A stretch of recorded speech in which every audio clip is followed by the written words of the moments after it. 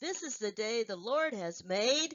We will jump up and down and be happy and rejoice in it because, yay, this is the last lecture of microbiology, biology 3452. Congratulations, you made it. Woohoo! Let's talk about reproductive diseases. I much prefer to have this lecture in person because it's highly entertaining and informative. But it's just us on the internet. So here we go. This would be fun if we could get a couple of our students who are scribes to tell us some stories. When we look at this, remember that sexually transmitted infections, okay, that's the transmission of the potential pathogens. The resulting disease we call sexually transmitted diseases. And as I told you in the previous lecture, when I grew up in the ER in the lab, it was the same thing. So whatever. I guess you can be infected and not get the disease. It's what they call asymptomatic. But if you're infected, don't you have the potential to be diseased? Or you're just a carrier? Something to think about.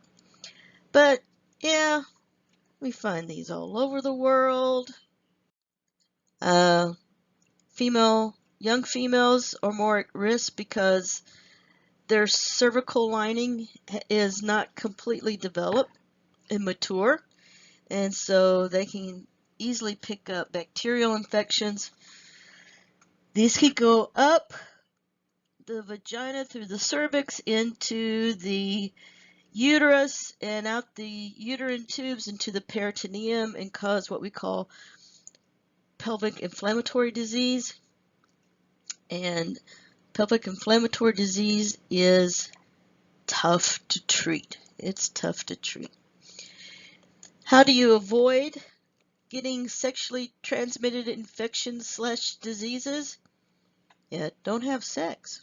Or only have sex with one person who you trust to only have sex with you. Use condoms. If you're going to be sexually active, then use condoms.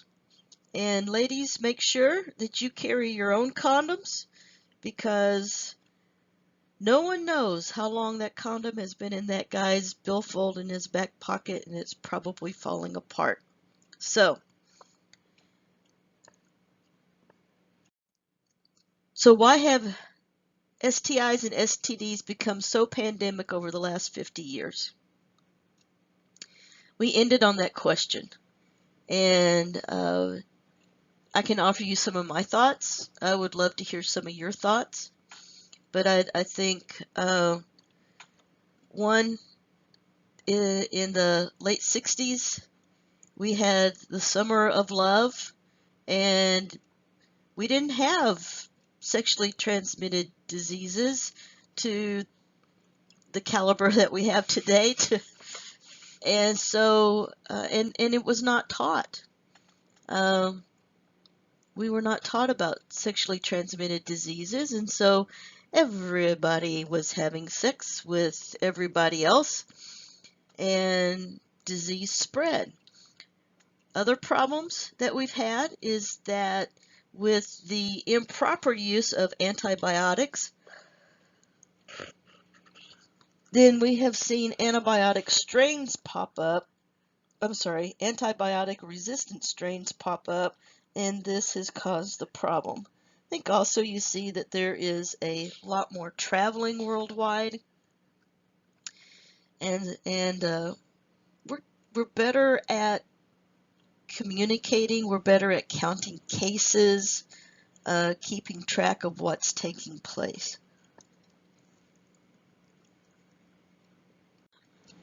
Okay. Gonorrhea. Oh, this is not good. Okay, it is caused by Neisseria gonorrhoeae, And women are often asymptomatic, but men will have a purulent or pussy discharge. And in the ER, you'll hear this referred to as the drip. Guys will come in and say, it hurts when I pee and I drip. There's this drip and it's nasty. What we can see is that the gonorrhea can avoid phagocytosis because of its capsule. It does have an endotoxin. It sticks to everything via its fimbriae.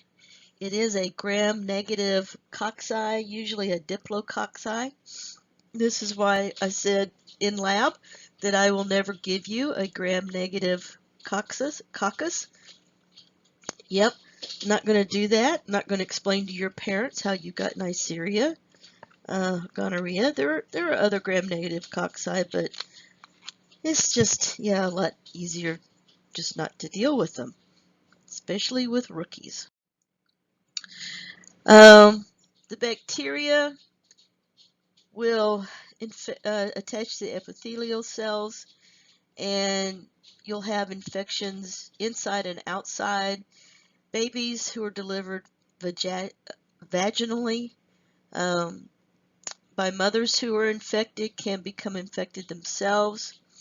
This disease only occurs in humans, and because of education and a little bit better antibiotics and increased use of condoms, we've seen cases in the United States declining. So you see in this graph that about the end of World War II, when all of the soldiers and sailors and Marines, etc., were coming home to the United States, they brought gonorrhea back with them. Not good. And then there was a decrease in the 50s and through the 60s until about 1965, 1967, where we had the Summer of Love, and it was a sexual free-for-all until about 80. And this is when we were seeing the beginning of HIV. And so the antibiotics were better. By 2000, everyone is terrified of HIV, and so people were much better at using condoms. Now look at the map. What do you see? We see the bright red spots, okay? Notice that most of them are in the South, especially Louisiana, Arkansas, Mississippi, and Alabama. Some in East Texas, great. Alaska, yeah. What you also notice is that in the Indian reservations have high incidence, and where there are military bases, there's a high incidence. Something to think about. But why the South? Because people are poor and they can't afford medicine. Also, in the Deep South, we have all kinds of taboos, and we don't teach our children proper sexual behavior. We just say, don't do it. And yeah, when's the last time a teenager, when you said don't do it, actually listened? Not going to happen. So think about this. Now keep this map in mind because we're going to look at syphilis and we're going to look at chlamydia. And what you're going to see is that Alaska has a big outbreak of syphilis, and it's in the South, the Deep South. So let's look at the rest of this. Usually they use PCR type probes to diagnose. When I was in the lab back in the 70s, we tested for antibodies. against syphilis and gonorrhea. So those are called VDRLs. Notice that we're treating with mycins, okay? And many strains have become resistant to antibiotics, and so now treatment is usually a cocktail of several different drugs. How do you prevent it? Hey, 1, don't have sex. 2, be in a monogamous relationship. 3, at least use a condom, okay? If your partner says, I don't want to use a condom, then say, you ain't getting no sex. There you go. Syphilis. This is another disease that is prevalent and does have antibiotic-resistant strains. There are 4 phases in syphilis. We have primary syphilis, secondary syphilis, latent, which means it hides, and then tertiary syphilis. So when we look here, in A, we have the canker that is commonly found in primary syphilis. A lot of times it's painless and it self-resolves. In B is a full body rash that is indicative of secondary syphilis. And then syphilis can go into a latent period where it hides in your body. But then it can pop back up into tertiary syphilis, and in the middle of this poor person's forehead is one of the largest gummas I have ever seen. I haven't seen very many gummas. Usually they're small, and usually they're not in the middle of the forehead. This is like the mark of Cain. That is nasty. I feel sorry for that person. So it is caused by Treponema pallidum. And this is a spirochete. If it takes up gram stain, it usually is gram negative, but it's tiny and you have to use phase contrast microscopy to see it. It's only found in humans, and it does not grow on media. It has to be in a living host, and so it's very difficult to grow and study, which is why the Tuskegee syphilis study took place. If you haven't read about that, it's a fascinating and incredibly sad story about how the United States government from about 1925 or so until the 1970s was studying syphilis in African American males in Alabama, Mississippi, Louisiana, and some men they treated and some men they didn't. They let the disease run its course when all of them could have been treated, but basically just using human beings as test subjects without their knowledge. Sometime read about the Tuskegee syphilis studies and what took place. There's a movie called Mrs. Somebody's Boys, but the book is much better. What scientists have done is they've taken genes out of the Treponema pallidum and put them in E. coli to be expressed, And through this, they've been able to identify adherence factors, hyaluronidase, and they do know that T. pallidum has a glycocalyx. So, glycocalyx helps with adherence, but it also helps avoid phagocytosis. It's transmitted by sexual contact. Sometimes it's transmitted to the newborn because the mother is infected. And the vast majority of individuals do not develop tertiary syphilis, which is what the study found. So it's endemic among sex workers, men who have sex with men, and users of illegal drugs. So this would be mainly IV. And what you find with a lot of IV drug users is that they're also sex workers. So something to keep in mind. We use an antibody test, okay? Aside from the gamma, it's kind of hard to diagnose tertiary syphilis. Penicillin G works well with everything but tertiary syphilis. How do you avoid getting syphilis?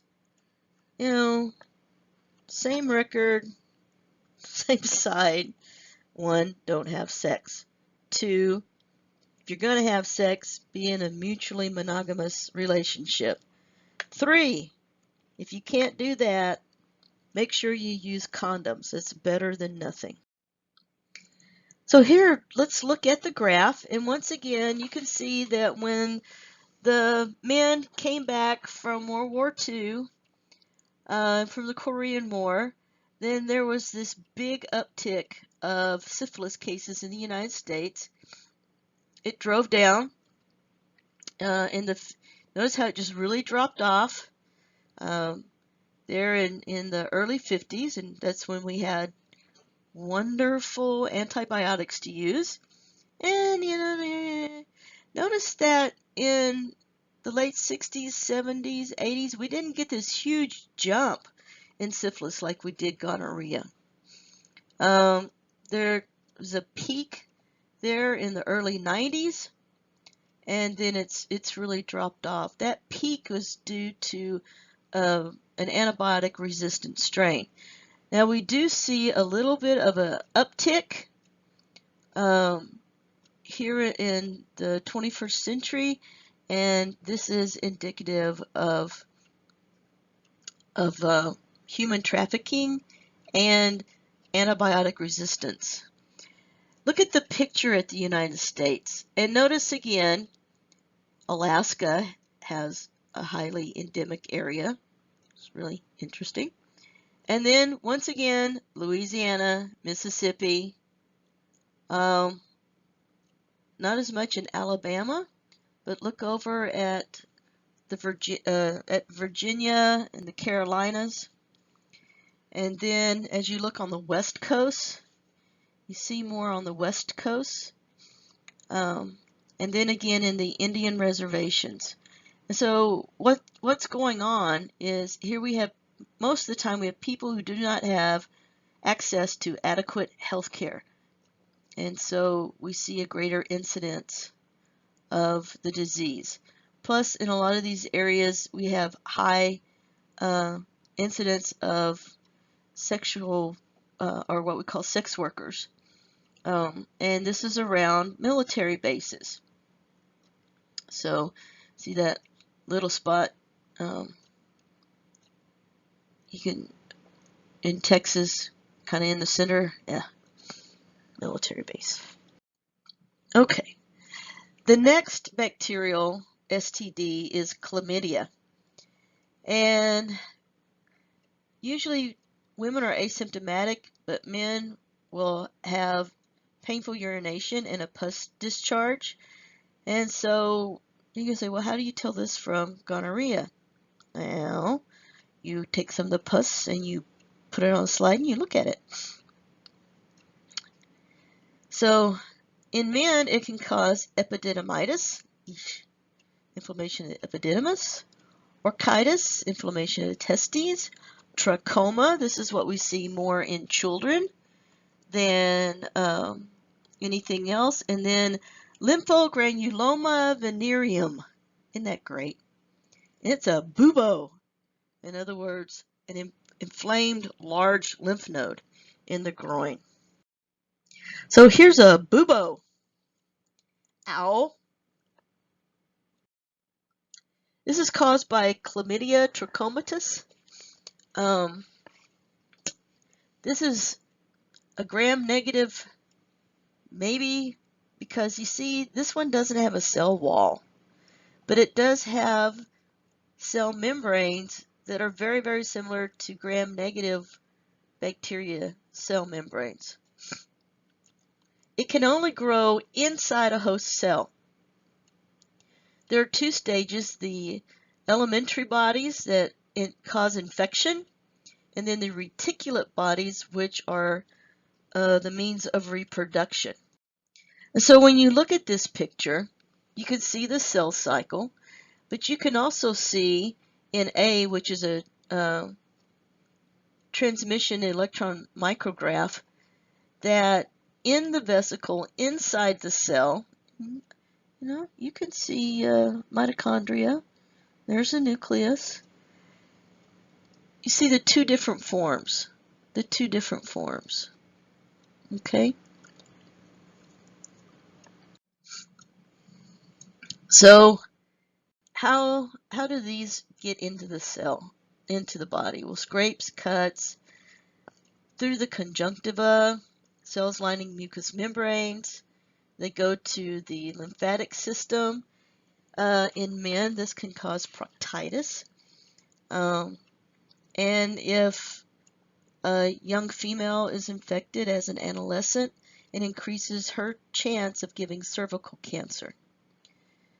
This is the most common reported STD, and we find eye infections in poor crowded areas. And if you stop and think, people don't wash their hands, and then they put their hands all over their kids, and yeah, that's how it spreads. We use PCR to detect it, and you can treat it with different antimicrobial drugs. And same song, 14th verse, abstinence, mutual monogamy. Yeah. So why is erythromycin substituted for tetracycline in treatment of chlamydial infections in children? Well, stop and think. What does tetracycline do to your teeth? So a lot of times they'll use erythromycin. Why are penicillins and cephalosporins used against chlamydia? Go back and look at the mode of action of penicillins and cephalosporins. And then think about, these stinking bacteria have no cell wall. So what do you attack? Okay, go back and look. So this is a good time to stretch, and then we'll talk about viral STDs. Let's look at genital herpes. Genital herpes and genital warts are two different diseases because they're caused by two different viruses. Remember that herpes, you're going to see small blisters on or around the genitals or the rectum. And genital herpes is primarily caused by human herpes virus 2. Now, human herpes virus 1 can cause some of these, but most of the time it's human herpes 2. The herpes kill the epithelial cells, and so you remember these are lytic viruses so that they can spread, and you can see blisters forming places far away from where the infection, and then babies can become infected during birth. And so we remember this picture from looking at canker sores and fever blisters, and those are primarily caused by human herpes virus 1. And remember that they will lie in wait in the trigeminal nerve and then break out on the face. Herpes 2, oftentimes sexually transmitted, so it's going to hide out in the sacral nerve ganglia, and then travel up and down that ganglia into the genital area. The genital area. So that's why we tend to see 2 more in the genital areas, is that it's going to hibernate in the sacral nerve. Here we see a herpes lesion in the eye, not good. And then on the finger, what you see is called Whitlow's. And dentists used to have these quite a bit because they'd be working with their patients. This is before gloves, and the patient would bite them or have an active infection, and the finger of the dentist would get infected. In herpes type 2, look at the vesicles. Note how they're clear. Okay? Note how they're clear. A lot of people call them blisters. They're vesicles, but these are clear. Now, when we look at warts, you're going to see something completely different. And also note the difference between this and the herpes 1 that we saw with Whitlow's and with the eye. Whatever you do, don't break these open. They are swarming with infective stage of the virus. So this is interesting that genital herpes quadruples the risk of HIV. Quadruples. So this is, you want to be careful. Diagnosis, really the lesions. We can use acyclovir to lessen symptoms. Circumcised males are at lower risk of infection because there's no place for the virus to get in between the foreskin and the glans penis and get up in there and attach to those epidermal cells. Condoms do not provide much protection because the virus is so much smaller than the pores of the latex. So yeah, but better to wear a condom than not, and also just don't. Infected pregnant women, you notice it says should deliver by C-section because you're going to infect your baby and it can cause problems. Warts, on the other hand, right, are caused by human papillomaviruses, HPV. And these grow on the skin of the epithelium. And what you see here are penile and vulvar genital warts. And you don't see clear vesicles. You see what kind of look like little leafy protuberances on the head of the penis and in the vulvas of the female. So these are genital warts. This is the most common STD. It causes nearly all cervical cancers. And so we do have a vaccine available against some HPV strains associated with cervical cancer, but not all. A lot of times warts are removed by freezing, by heating, by surgery. It's got to be painful. This is a very good test question. Why are DNA viruses such as herpesviruses and papillomaviruses more likely to cause recurrent disease and cancers than RNA viruses? Think about that. You may see that on the next test. If you want, you can take a stretch. We're going to talk about trichomonas. So females have vaginal discharge and irritation while males are asymptomatic. It's caused by Trichomonas vaginalis. It is transmitted primarily in by sexual intercourse.